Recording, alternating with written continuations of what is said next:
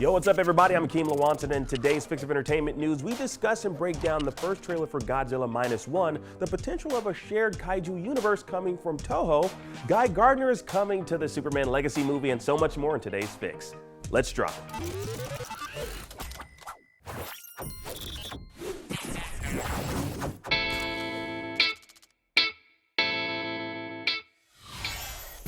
Now look out for Godzilla coming to us here in the US in December with Godzilla Minus One. Now the upcoming film takes place in a post-war Japan with Godzilla terrorizing the denizens of the city by knocking over buildings and completely devastating the already war-torn country.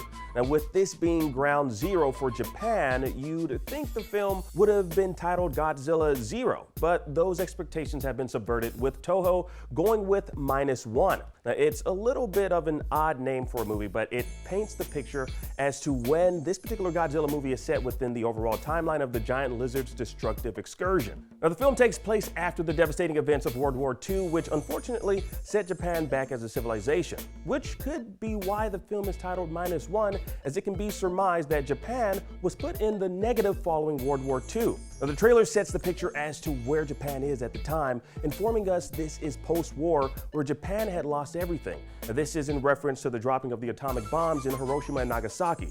And with no time to recover from those events, Godzilla emerges to add to the destruction with people fleeing left and right. Now, it's surprising we're getting Godzilla Minus One just a year after it was announced last year on Godzilla Day, November 3rd. Now, November 3rd, 1954 was the date the original Godzilla film made its way onto the screen.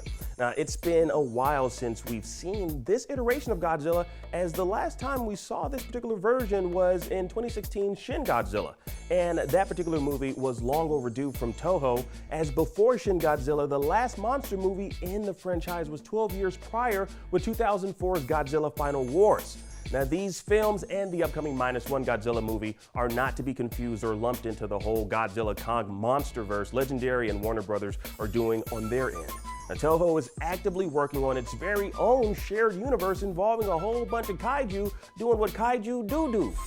Speaking of kaiju doo-doo, I've always wondered what it must look like and smell like when Godzilla takes a massive dump in a cul-de-sac somewhere in the city. I probably shouldn't have just admitted that out loud. Anyway, TOHO has been planning on amping up the release of its Godzilla movie since 2021, speeding up the kaiju shared universe it has planned.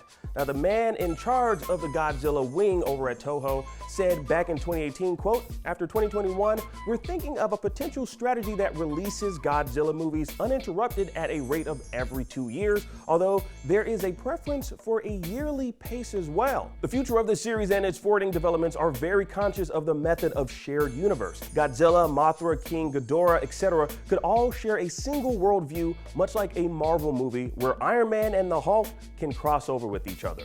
Now, it's not like this is new to TOHO, as we've seen Godzilla face King Kong in 1962's King Kong vs. Godzilla. And he went up against that giant moth in 1964's Godzilla vs. Mothra, which was kind of TOHO's first foray into a shared kaiju universe, as Mothra starred in her very own monster flick 3 years prior.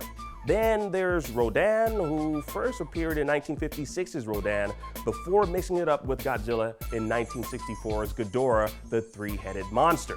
So if anything, it appears as though TOHO wants to expand on what came naturally in the past. Now this time putting more thought into how it brings certain kaiju creatures into the shared Godzilla universe. But even back then, it all kind of seemed like TOHO had a plan for its releases, especially when you look at 1968's Destroy All Monsters, which brought together various kaiju from across the Zilla universe. Yeah, that's right, I dubbed it Zillaverse. Feel free to use it. But yes, TOHO was way ahead of its time and way ahead of what we currently see in the MCU. So it's surprising that TOHO is taking cues from Marvel Studios when it was doing what the MCU is currently doing well before that was even a thought path for them. But TOHO is continuing the destructive path with Godzilla Minus One coming out in the US this December. Now the perfect holiday flick. Yay, watch a giant monster smashing stuff. Anyways, let us know what you think about the trailer. Comment below and let's discuss what could be next in the Godzilla universe over at TOHO. Now we're going from one giant to a titan with some DCU news. Now, after finally finding a Superman and David Cornsweet, Superman Legacy has also found a few other DC heroes.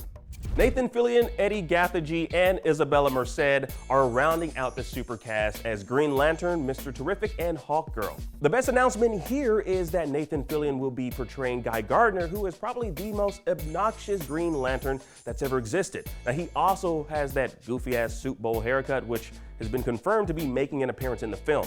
That's really perfect casting, as Nathan Fillion has played similar roles in the past. I mean, just look at him in the Guardians movie, the last one. Now, the movie is currently in pre-production, even with the ongoing writer's strike.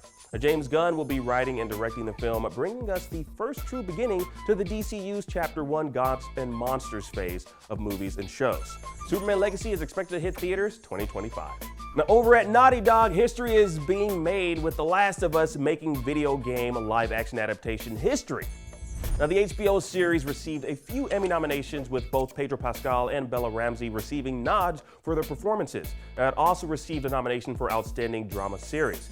Now, these noms have elevated The Last of Us far above its peers in regard to televised live-action video game adaptations, and it's surely something PlayStation Studios can be proud of. There was clearly care taken to bringing the world of The Last of Us to life through acting, its moody scenes, and frightening creatures. Now, we likely won't be seeing the very same treatment given to the Twisted Metal series dropping on Peacock. I think we'd all be surprised if that gets an Emmy nomination. More than likely, a Razzie is in its future. That about does it for today's Entertainment Fix. I'm Akeem Lawanson, and thank you so much for watching. Now that you're caught up on today's news, please check out our previous episode. Download the IGN app on all your devices, and for everything else, stick with IGN.